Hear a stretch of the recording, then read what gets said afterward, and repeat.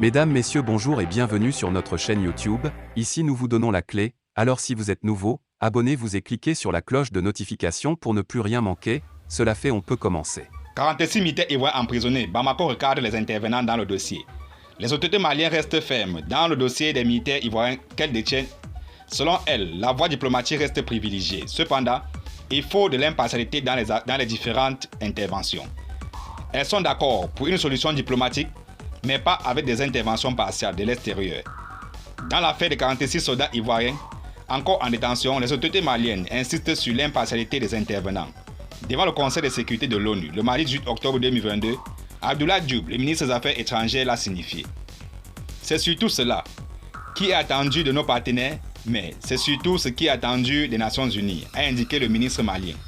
Selon Abdoulaye Diop, c'est un gage pour permettre au processus du dénouement de la crise entre Abidjan et Bamako d'aboutir. Depuis le 10 juillet 2022, des militaires ivoiriens partis au Mali pour assurer une relève ont été mis aux arrêts par les autorités maliennes.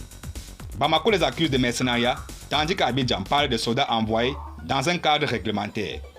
Au nombre de 49, 3 d'entre eux, uniquement des femmes, ont été remis en liberté. Pour la libération de 46 autres inculpés entre-temps par la justice de ce pays, Bamako exige l'extradition de ses opposants exilés en Côte d'Ivoire. Offre qu'Abidjan refuse, estimant qu'il s'agit d'une prise d'otage. Le ministre malien avance pour se conforter dans sa position les déclarations de la MINUSMA, la mission onusienne au Mali et de l'ONU, leur lien avec les soldats ivoiriens. Toutefois, il rappelle la disponibilité de son pays à aller à une solution négociée. La justice est saisie de cette affaire qui ne concerne pas les Nations Unies.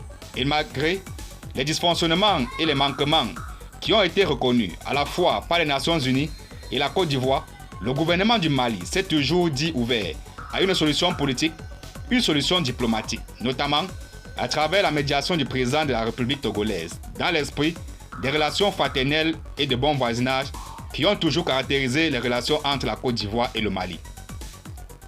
Nous sommes des pays frères, avant tout, a fait savoir Abdoulaye Diop. Il faut rappeler que l'ONU, par la voix de son secrétaire général Antonio Guterres, a rejeté la qualité de mercenaires que Bamako donne aux soldats ivoiriens et a appelé leur libération. La CEDEAO a adopté aussi la même position. Merci et à très bientôt pour la prochaine vidéo. Et surtout, abonnez-vous si vous êtes nouveau pour ne plus rien manquer.